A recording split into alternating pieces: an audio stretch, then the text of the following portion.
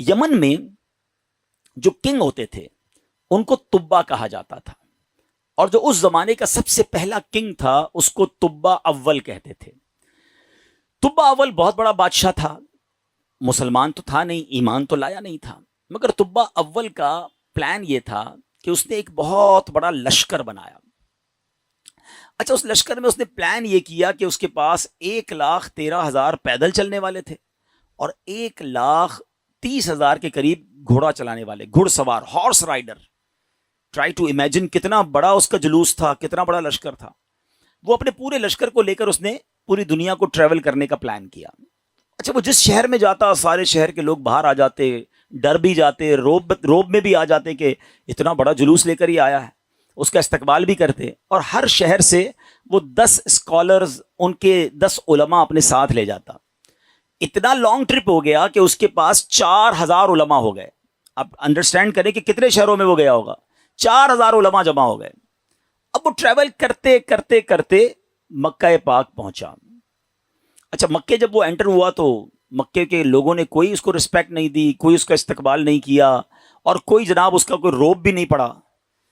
تو اس نے اپنے وزیروں کو بلایا کہ یہ کیسے لوگ ہیں، یہ شہر کیسا شہر ہے، نو بڈی کوئی استقبال بھی نہیں ہوا، کوئی ہمارا روب بھی نہیں ہے، کوئی دبدبا بھی نہیں ہے، ٹیک کیئر بھی نہیں کیا انہوں نے ہمیں۔ تو اس کے وزیروں نے بتایا کہ بات یہ ہے کہ یہ مکے والے جو ہے نا، ان کے پاس ایک بہت کمال کی عمارت ہے جس کو یہ کعبہ کہتے ہیں، اور یہ کعبے کا طواف کرتے ہیں۔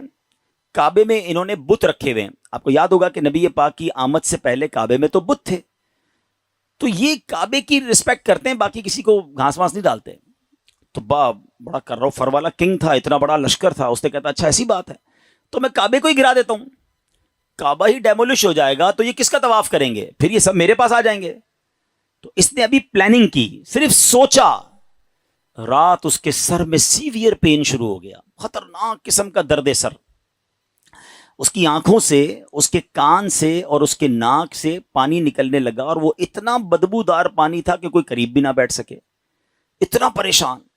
اچھا، لشکر میں ڈاکٹر بھی تھے، ڈاکٹر بلائے گئے، طبیب آئے، بڑے بڑے علاج کیے، کوئی فرق نہ پڑے، 2-3 دن نکل گئے، تکلیف ختم ہی نہ ہو۔ تو ایک جو ڈاکٹر تھا، جو سب سے بڑا ڈاکٹر تھا، اس نے کہا دیکھیں یہ معاملہ جو ہے نا، مجھے آپ کی بیماری کا نہیں لگ رہا، یہ کوئی آسمانی معاملہ ہے، آپ کسی عالم سے پوچھیے۔ تو انہوں نے اپنے لشکر میں جو سب سے بڑے عالم تھے ان کو بلایا کہ آپ چیک کریں معاملہ کیا ہے۔ تو انہوں نے کہا یہ بتاؤ کہ تم نے کوئی غلط خیال تو نہیں کیا اس شہر کے بارے میں، یہاں کے رہنے والوں کے بارے میں؟ اس نے کہا ہاں، میں نے تو پلان کیا تھا کہ کعبہ گرا دوں گا، یہاں کے مردوں کو قتل کر دوں گا، عورتوں اور بچوں کو قیدی بنا لوں گا۔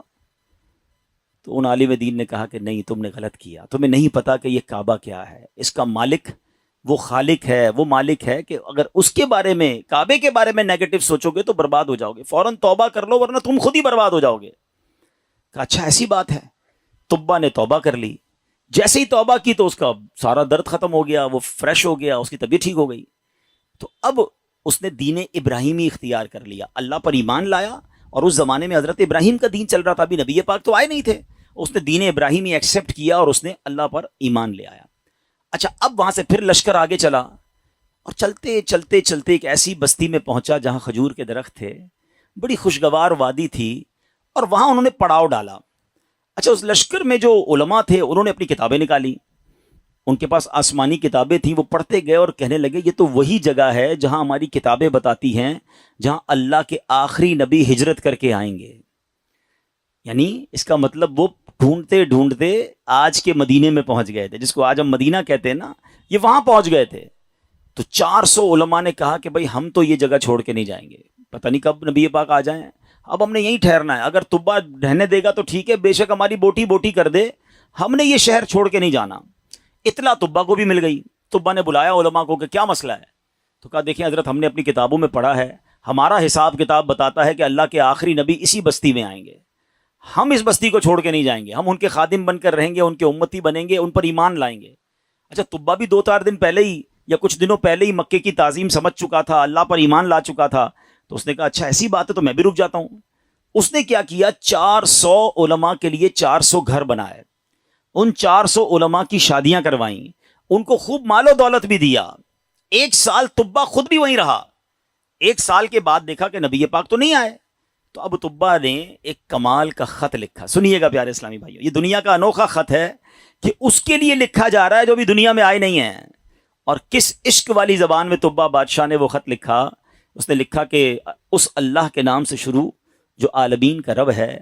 میں جناب رسول اللہ صلی اللہ تعالی وسلم کی بارگاہ میں طبا اول حمیری سلام پیش کرتا ہوں, اور میں آقا علیہ الصلوۃ والسلام کی بارگاہ میں عرض کرتا ہوں کہ حضور اگر میں نے آپ کا زمانہ پا لیا تو میں آپ کی خدمت کروں گا, آپ پر ایمان لاؤں گا, آپ کی سنت پر عمل کروں گا, جو آپ کتاب لے کر آئیں گے میں اس پر بھی عمل کروں گا. اور حضور اگر میں پھر بھی آپ کا زمانہ نہ پا سکوں تو مجھے اپنی غلامی میں قبول فرمائیے, اور قیامت کے دن مجھے میری شفاعت فرمائیے گا, مجھے بھول نہ جائیے گا. بڑا کمال کا عشق والا اس نے خط لکھا.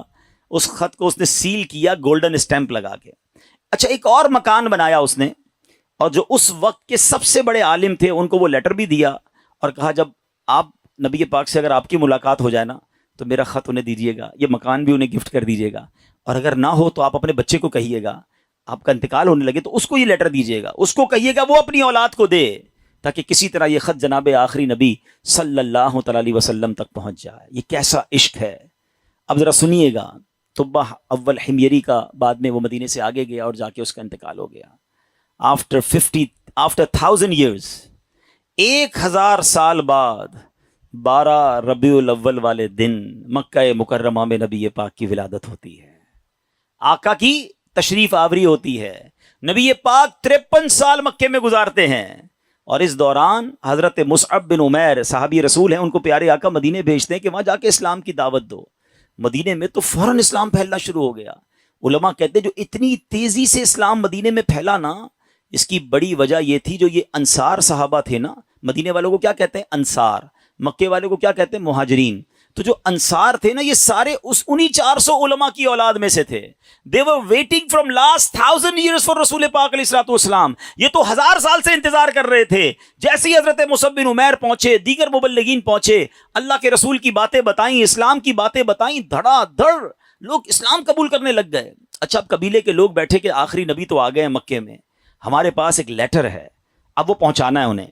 انہوں نے مشورہ کر کے, ایک صحابی تھے ان کا نام تھا حضرت ابو لیلہ انصاری رحمت رضی اللہ تعالیٰ عنہ, ان کو کہا کہ آپ جائیے, جا کے مکے میں نبی پاک کو یہ خط دے کر آئیے.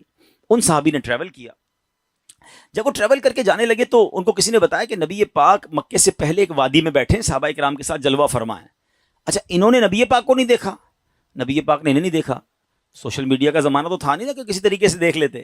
اچھا, یہ گئے اس دربار میں, جیسے ہی داخل ہوئے کمرے میں, نبی پاک صحابہ کے ساتھ بیٹھے ہیں, وہ کمرے میں داخل ہوئے, پیارے آقا فرماتے انتا ابو لیلہ, تم ابو لیلہ ہو. وہ شاکڈ ہو گئے کہ میرا نام کیسے ان کو پتہ چل گیا. کہ جی یا رسول اللہ, میرا نام ہی ابو لیلہ ہے.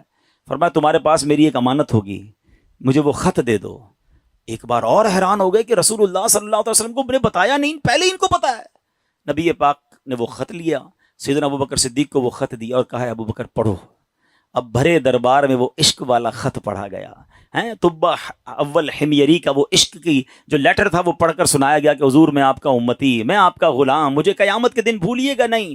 اگر آپ کا زمانہ پایا تو آپ کی خدمت کروں گا, زمانہ نہ پا سکا تو پھر بھی میں آپ کا غلام ہوں. اللہ اکبر. نبی پاک نے بھی خط سنا نا تو پتہ کیا فرمایا؟ مرحباً اخ الصالح, مرحباً اخ الصالح, میرے نیک بھائی کو مرحبا ہو, نیک بھائی کو مرحبا ہو. امیر پیارے آقا علیہ الصلوۃ والسلام نے اس بادشاہ کو نیک بھائی کہہ کر پکارا.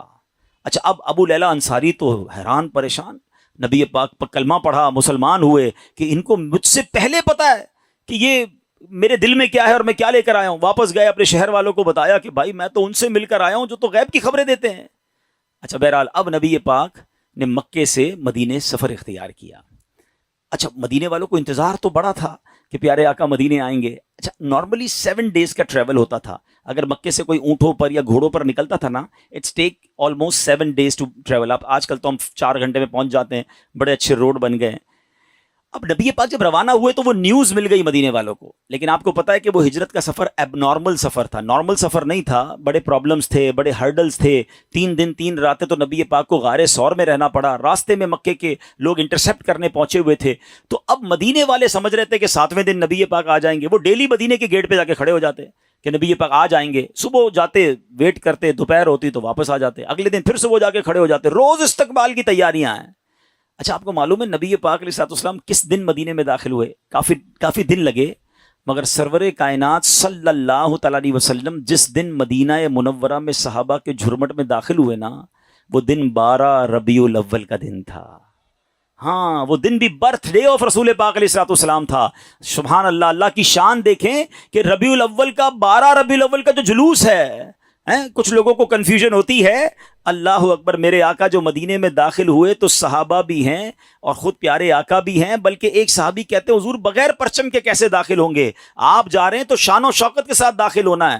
اپنا امامہ اتارا، تلوار پہ لگایا، اسے پرچم بنایا، اور جب مدینے میں داخل ہوئے تو ہر طرف سے صدائیں ہیں مرحبا یا رسول اللہ۔ بچیاں تیار ہو کر آئی ہیں، بچے تیار ہو کر آئے ہیں۔ عرب کے لوگوں کا دستور تھا جب کوئی بڑا ایونٹ ہوتا تھا وہ اپنا مخصوص لباس پہنتے تھے، اپنی تلواریں لگاتے تھے، بلکہ اب بھی اگر آپ دیکھیں ان کے تہواروں میں ان کے لباس الگ ہوتے ہیں، وہ سب اپنے اس لیول کے لباس پہن کر کھڑے تھے کیونکہ آج ان کے لیے عید کا دن تھا۔ اور سبحان اللہ، اس وقت بنو نجار کی بچیوں نے سرور کائنات صلی اللہ تعالیٰ علیہ وسلم کا جو استقبال کیا، جس نغمے کو گنگنا کر، جس نعت کو پڑھ کر انہوں نے استقبال کیا، آج بھی مکے مدینے چلے جائیں، کیسٹ کی دکانوں پر جائیں، بلکہ دنیا کے کسی کونے میں جائیں، یہ نعت عربی ہوں، عجمی ہوں، افریقن ہوں یا امریکن ہوں، سرکار کی یہ نعت دنیا بھر میں پڑھی جاتی ہے۔ اور وہ ان بچیوں نے یہ نعت پڑھی تھی جو آج سیرت کی کتابوں میں بھی لکھی ہیں۔ اور انہوں نے استقبال کیسے کیا تھا؟ وہ الفاظ کیا تھے؟ وہ الفاظ تھے طلع البدر علینا من ثنیات الوداع وجب شکر علینا ما دعا للہ لا۔ کیا کہتی ہیں ہم پر؟ چاند طلوع ہو گیا ہے، طلع البدر علینا، 14ویں رات کا چاند طلوع ہو گیا ہے۔ کہاں پر؟ سنیت الوداع کی گھاٹی میں، جس جگہ یہ استقبال ہوا نا اس علاقے کو سنیت الوداع کہتے ہیں۔ اور وجب الشکر علینا، ہم پر واجب ہو گیا ہے اللہ کا شکر ادا کرنا۔ ما دعا للہ دعا، جب تک لوگ اللہ کے لیے دعوت دیتے رہیں گے، یعنی قیامت تک ہم پر اب یہ شکر اللہ کا واجب ہو گیا کہ نبی پاک ہمارے مدینے آ گئے ہیں۔ آپ کو پتا ہے مدینے کے رنگ کیسے بدلا، مدینے کی تقدیر کیسے بدلی؟ مدینہ پہلے یثرب کہلاتا تھا، وہاں کی آب و ہوا میں بیماریاں تھیں، جو جاتا بیمار ہو جاتا تھا۔ اللہ اکبر، مصطفیٰ کریم کے قدم تو کیا لگے، مدینے کے غبار میں بھی شفا ہو گیا ہے۔ اب تو بیمار کو کہتے ہیں ٹھیک ہونا ہے تو مدینے ہو آؤ، ہیں جب سے قدم لگے ہیں رسالت مآب کے، جب سے قدم لگے ہیں رسالت مآب کے، جنت بنا ہوا ہے مدینہ حضور کا۔ کیا قدم لگے میرے آقا کے، بھاگ ہی جاگ گئے مدینے والوں کے۔ اچھا اب پیارے آقا جب مدینہ شریف میں انٹر ہوئے نا، everybody want to welcome and everybody want to host him، ہر بندہ چاہ رہا تھا کہ نبی پاک ہمارے گھر آ جائیں، کیونکہ اشتیاق بہت تھا، تڑپ بہت تھی۔ تو نبی پاک نے فرمایا کہ میری جو اونٹنی ہے نا یہ اللہ کے حکم سے بندھی ہوئی ہے، یہ جدھر جا کے رکے گی ادھر جا کر ہی میں نے رہنا ہے۔ اچھا اب ذرا تصور کیجئے، امیجن کیجئے کہ وہ اونٹنی مدینے کی گلیوں میں گھوم رہی ہوگی اور ہر صحابی یہ امیجن کر رہا ہو کاش میرے دروازے پر رک جائے، کاش میرے دروازے پر رک جائے، مگر بھاگ کس کے جاگے؟ سیدنا ابو ایوب انصاری رضی اللہ تعالیٰ عنہ، کہ وہ اونٹنی جو ہے ان کے دروازے پر جا کے رکی۔ اچھا اب ایک اور امیزنگ بات شاید بہت ساروں کو پہلی بار پتہ چلے گی، حضرت ابو ایوب انصاری رضی اللہ تعالیٰ عنہ کا ایک لقب ہے، ہم سب کہتے ہیں میزبان رسول، ٹھیک ہے نا؟ لیکن شاید لوگوں کو نہیں پتا کہ حضرت ابو ایوب انصاری اسی عالم دین کی اولاد سے ہیں کہ جن کو طبہ اول نے لیٹر دیا تھا، جو سب سے بڑے عالم تھے نا، یہ انہی کی اولاد میں سے ہیں۔ اور حضرت ابو ایوب انصاری اسی گھر میں رہتے تھے جو گھر طبہ نے نبی پاک کے لیے گفٹ کے طور پر بنایا تھا۔ گویا مطلب یہ بنا کہ یہ گھر نبی پاک کا ہی تھا، حضرت ابو ایوب انصاری اس کو ٹیک کیئر کر رہے تھے۔ آقا کسی کے مہمان نہ بنے، بلکہ سچی بات یہ ہے کہ میزبان نبی پاک تھے، مہمان ابو ایوب انصاری تھے۔ اور یہ کیسے ہو سکتا ہے کہ نبی پاک جن کے صدقے یہ کائنات بنی ہے؟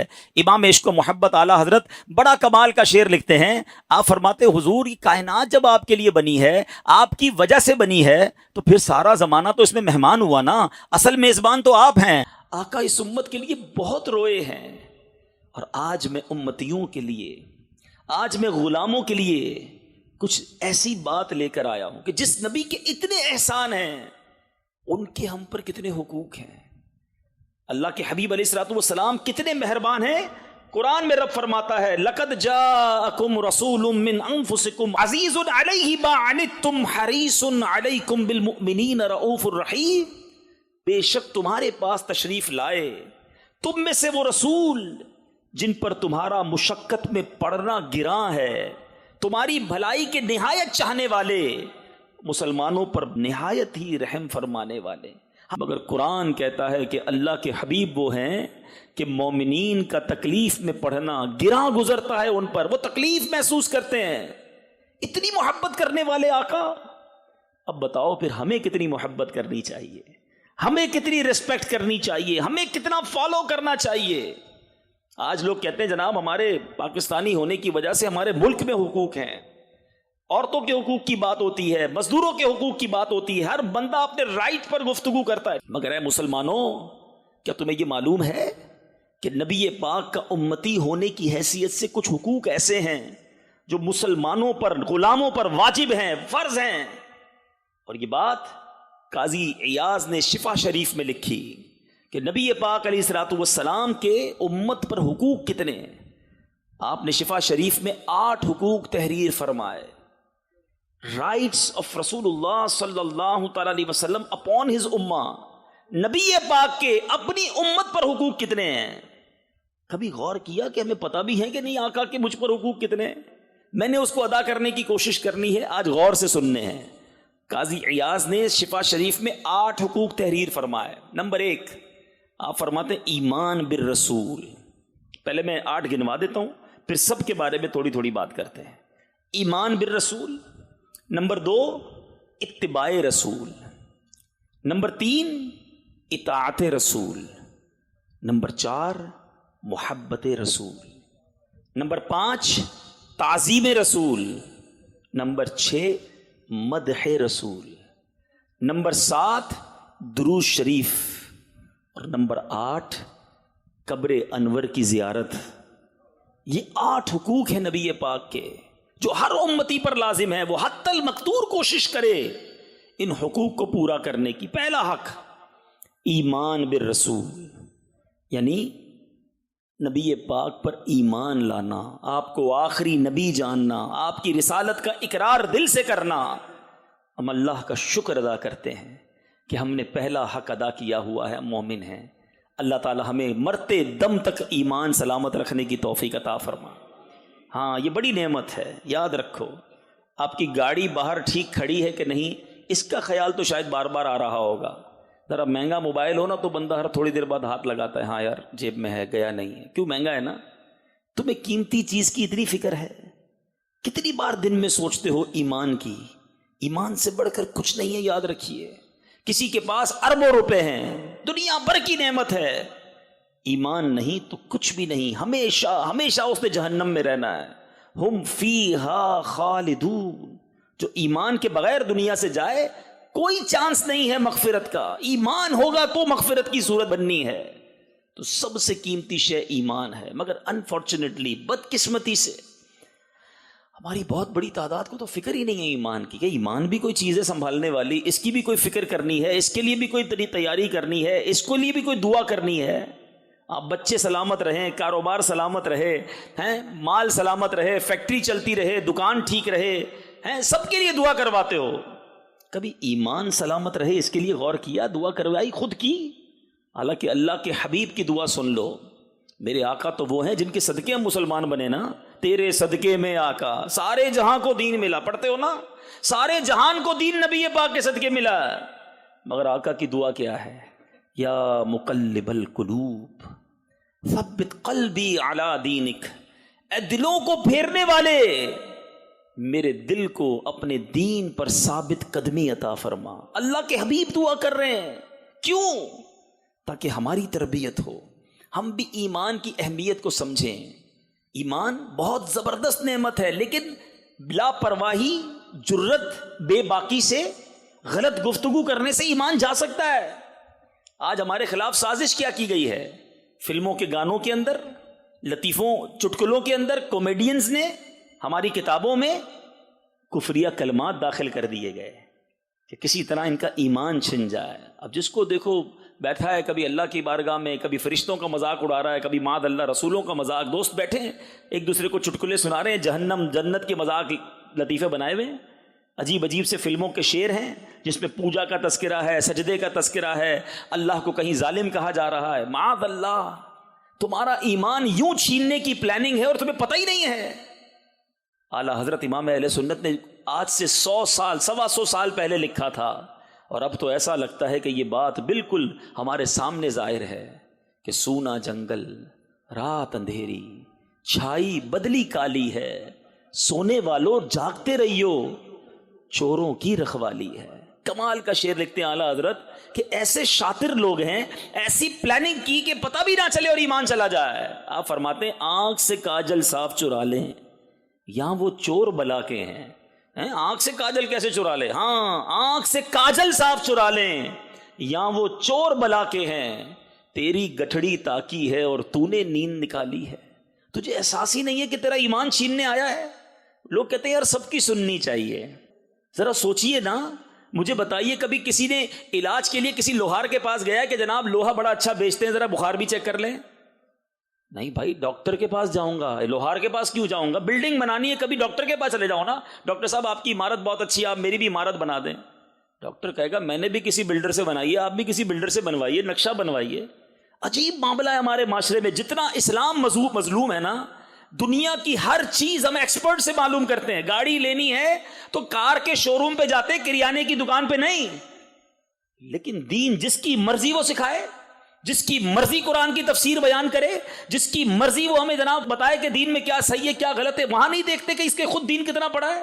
نبی پاک کا عشق دل میں ہے کہ نہیں ہے، پیارے آقا سے، صحابہ سے، اولیاء سے، اہل بیت سے دل میں محبت ہے کہ نہیں، اور اب اس کی باتیں سن کے کہ نہیں جناب بڑی اچھی بات ہے، تھوڑی غلط کرتا ہے باقی ٹھیک کرتا ہے۔ نہیں میرے میٹھے اسلامی بھائیو، یہ ایمان کے ڈاکو ہیں، ایمان سے بڑھ کر کچھ نہیں ہے۔ ایک جملہ نکلنے کی دیر ہے، ایک عقیدہ چینج ہونے کی دیر ہے، اور ایسا نہ ہو کہ یہ جو میں نے سنبھال کے ایمان رکھا تھا یہ مجھ سے کچھ چھین کے لے جائے۔ اپنے ایمان کی حفاظت کریں، اللہ سے دعا کرتے رہیں، اور اپنی زبان کی بے باکی سے بچیں۔ جو منہ میں آئے بک بک نہ کیا کریں۔ پھر ایک اور غلطی جو ہم سے ہوتی ہے بڑی تعداد میں، کہ خدا نہ خواستہ کسی کے گھر میں فوتگی ہو جائے، کسی کے گھر میں اللہ نہ کرے کوئی حادثہ ہو جائے، پھر جو اول فول بکا جاتا ہے، اللہ کو میرا ہی گھر ملا تھا، معاذ اللہ، میرا جوان بیٹا اللہ تو نے کیوں لے لیا، تجھے کیا ضرورت تھی؟ کہیں اللہ کو نا انصافی کرنے والا، کہیں رب کو ظالم ثابت کیا جا رہا ہے، پتہ بھی نہیں کہ غم کے اندر کیا کیا بول گئے۔ نہیں میرے میٹھے اسلامی بھائیوں، اگر مشکل آئی ہے تو صبر کا دامن نہیں چھوڑنا۔ بیٹا چلا گیا دنیا سے اور ساتھ ایمان باپ کا چلا گیا تو بڑی مصیبت آ گئی نا۔ تو خدا را اس کی باؤنڈریز ہیں، سمجھیے یہ پہلا حق ہے نبی پاک کا، اور ہماری نجات کا ذریعہ بھی یہی ہے کہ اگر ایمان نہیں تو بنے گا کیا؟ اللہ تعالیٰ میرے اور آپ کے ایمان کو سلامت رکھے، ہم اللہ کرے کہ مرتے دم تک مسلمان رہیں۔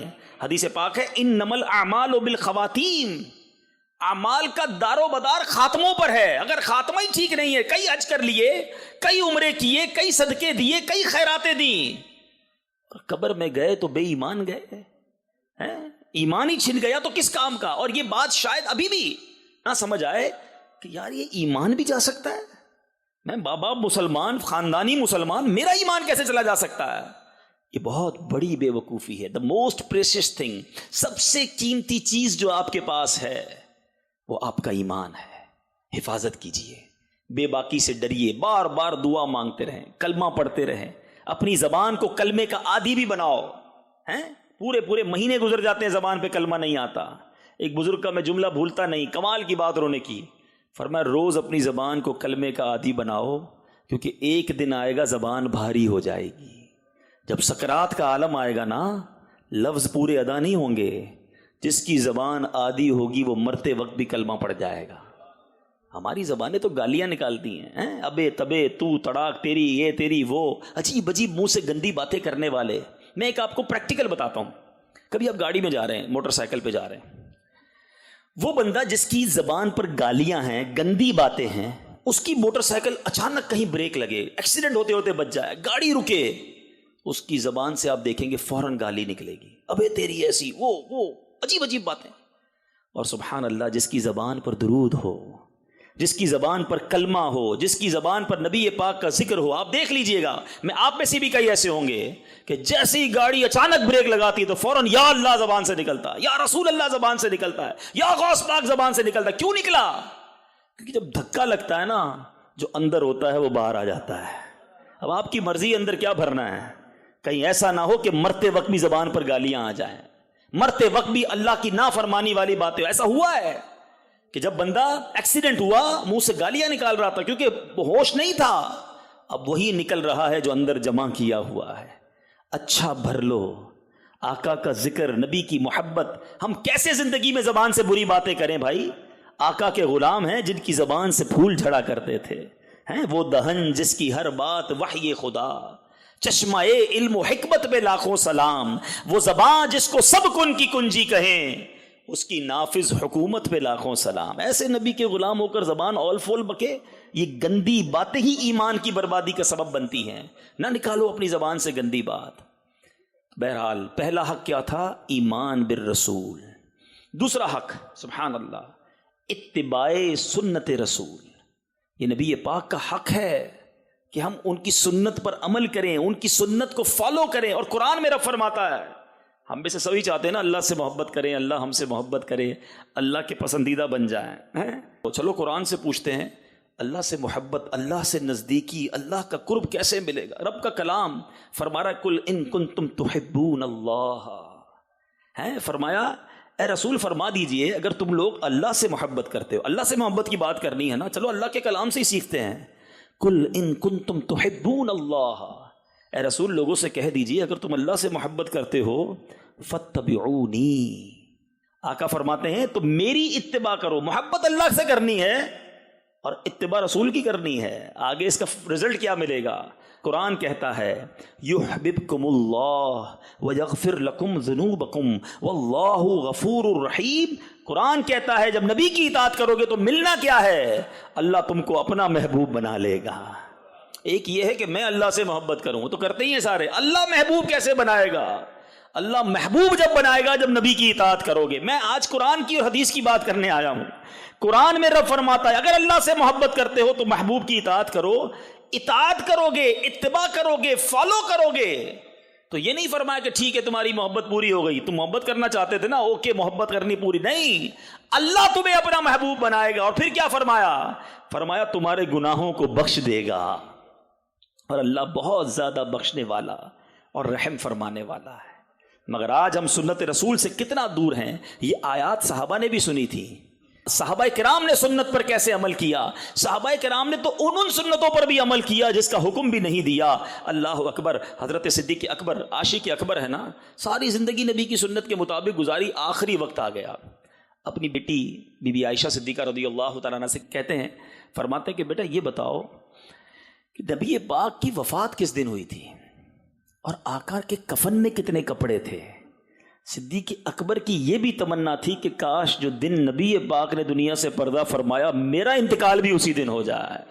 جیسا کفن تھا ویسا کفن مجھے مل جائے. ارے یہ تو کسی کے اختیار میں نہیں ہے کہ انتقال بھی اسی دن ہو، مگر تمنا یہ تھی کہ ایچ اینڈ ایوری تھنگ، تمام چیزیں رسول پاک کے طریقے کے مطابق ہوں. عثمان غنی رضی اللہ تعالیٰ نے ایک بار وضو کر کے مسکرائے. کسی نے کہا حضرت وضو تو ٹھیک ہے، وضو کے بعد مسکرانا کیسا؟ کوئی تو ریزن ہوگا، کوئی بات بھی نہیں ہوئی مسکرانے والی. کہتے مجھے اور کچھ نہیں پتا، میں ایک بار نبی پاک کے ساتھ یہیں آیا تھا، آقا نے وضو کیا اور میرے آقا مسکرائے تھے. یہ نہ پوچھو میں کیا کر رہا ہوں، کسی کی ادا کو ادا کر رہا ہوں. یعنی صحابہ کرام اس قدر نبی پاک کی سنتوں پر عمل کرتے تھے. اور آج ہمارا حال کیا ہے؟ ہمیں پتہ ہے پیارے آقا کی سنت ہے مگر اس کے خلاف کرتے ہیں، اس کے اگینسٹ کرتے ہیں. سوچئے یہ حق ہے نبی پاک علیہ الصلوۃ والسلام کا امتی پر کہ نبی پاک علیہ الصلوۃ والسلام کی سنت پر عمل کیا جائے. آج ایک نعرہ سارے ہی لگاتے ہیں، چلو مل کے لگا بھی لیتے ہیں، غلامی رسول میں نہ ہو جو عشق مصطفیٰ. ارے کتنا پیارا نعرہ ہے نا. غلامی رسول میں موت بھی قبول ہے. مجھے یہ بات سمجھ نہیں آتی، جس کو موت قبول ہے اس کو سنت رسول قبول کیوں نہیں ہے؟ نہ اس کا چہرہ نبی پاک کی سنتوں والا، نہ لباس سنتوں والا، نہ اس کا انداز سنتوں والا، سارے کام پیارے آقا کے دشمنوں جیسے. اور نعرہ یہ ہے کہ غلامی رسول میں موت بھی قبول ہے. خود سوچئے نا، جہاں ایک طرف سنت پر عمل کرنے کے فضائل ہیں نا، وہاں سنتوں سے دور رہنے کی وعیدیں بھی ہیں. آقا کی حدیث نہیں سنی آپ نے؟ فمن رغب عن سنتی فلیس منی، کہ جس نے میری سنت سے منہ موڑا وہ ہم سے نہیں. قیامت کے دن اگر شفاعت کی خیرات لینے گئے اور آقا نے منہ ہی موڑ لیا کہ جاؤ تم ہم میں سے نہیں ہو، تمہارا تو کھانا پینا چلنا پھرنا لباس چہرہ کاروبار ہر چیز سنت کے خلاف تھا، پھر کدھر جائیں گے؟ تو خدارا نبی پاک کے طریقے پر عمل کیا جائے. میں 2-3 باتیں اس بارے میں کرنا چاہتا ہوں. آج بڑی بدقسمتی یہ ہے، میرے بڑے ینگسٹرز بیٹھے ہیں، ادھر بھی بیٹھے ہیں، مجھے ہو سکتا ہے لائیو سوشل میڈیا پہ سن رہے ہوں، بعد میں چینل پر دیکھیں. آج بڑی تعداد میں مسلمان نوجوانوں کی ایسی ہے. پہلے یہ بیرون ملک میں ہوتا تھا، ماشاءاللہ رکن شورا رفیع بھائی بیٹھے ہیں، ان کا بھی کئی ملکوں میں سفر ہوا. ہم جب ابراڈ جاتے ہیں، بیرون ملک جاتے ہیں، ادھر یہ ہوتا تھا ایک بڑا ینگسٹر نوجوان ماڈرن آیا سامنے. اب ہم کنفیوز ہو جاتے تھے، یار سلام کریں نہ کریں، پتہ نہیں مسلمان ہے کہ نہیں ہے. کوئی چیز مسلمانوں والی ہے ہی نہیں، اوپر سے لے کے نیچے تک بالکل ہی جناب انگریزی لگ رہا ہے. اور پھر اچانک وہ کہے جناب السلام علیکم. اچھا ہم کہتے وعلیکم السلام، میرا نام محمد خالد ہے. نام بتائے تو پتہ چلا کہ ہاں یار یہ تو مسلمان ہے. لیکن افسوس دل میں ہوتا تھا کہ یار ہم سلام کرنے میں کیوں رک گئے؟ کیونکہ کوئی انداز نہیں بتا رہا اس کا یہ نبی پاک کا امتی ہے. میں جتنے مجھے یہاں سن رہے ہیں، میں ایک آپ سے گزارش کروں گا، ایک سوال چھوڑی جا رہا ہوں. گھر جائیے گا اکیلے میں، آئینے کے سامنے کھڑے ہو جائیے گا اور اپنے آپ سے پوچھئے گا کہ مجھے کوئی دیکھے تو اس کو پتہ چل جائے گا میں کس کا امتی ہوں، یا مجھے بتانا پڑے گا، انٹروڈیوس کرانا پڑے گا کہ نہیں جناب میں مسلمان ہوں، پتہ نہیں چلے گا. اگر آپ ایسے ہیں کہ آپ کو دیکھ کر کوئی پہچان نہیں سکتا کہ آپ کس کے غلام ہیں، تو بتاؤ قیامت کے دن نبی پاک کی شفاعت کس منہ سے حاصل کرو گے؟ ہونا کیا چاہیے تھا کہ فنا اتنا تو ہو جاؤں میں تیری ذات عالی میں، جو مجھ کو دیکھ لے اس کو تیرا دیدار ہو جائے. مجھے دیکھ کر پتا چل جائے کہ یہ نبی پاک کا غلام جا رہا ہے، بتانا نہ پڑے میں مسلمان ہوں، مجھے دیکھ کر پتا چل جائے کہ یار یہ بولتا ہے تو اس کی زبان سے کتنے پیارے، کبھی سبحان اللہ نکلتا ہے، کبھی ماشاء اللہ نکلتا ہے، ملتا تو سلام کرتا ہے، ہیلو ہائے گڈ مارننگ ابے تبے تو تڑاک، پتہ ہی نہیں چلتا یہ مسلمان کی گفتگو ہے، گالیاں. اچھا یہاں ایک بات اور، ایک تو آپ نے اپنے آپ کو دیکھنا ہے، دوسری بات جو اور زیادہ ڈیپ میں نے کرنی ہے اور اب وہ اپنے اسلامی بھائیوں سے کرنی ہے، یقیناً یہ نبی پاک کی سنت ہے کہ ہم سر پر امامہ سجائیں، یہ آقا کی سنت ہے کہ ہم چہرے پہ داڑھی سجائیں، نہ سجانے والا گناہگار ہے. یقیناً یہ نبی پاک کی سنت ہے کہ ہم سنتوں والا لباس پہنیں، ہم سیدھے ہاتھ سے کھانا کھائیں، ہم بیٹھ کر کھائیں، ہم سیدھے ہاتھ سے پانی پئیں، ہم سلام کریں، بریلینٹ، یہ سب چیزیں اوکے.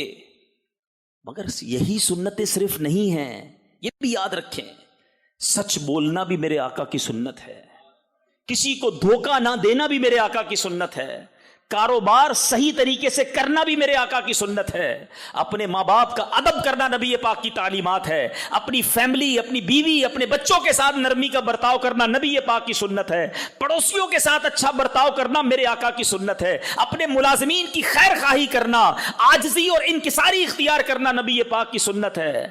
کیا صرف امامہ پہن کر داڑھی رکھ کر ہم سمجھے ہم سنتوں کے پیکر بن گئے؟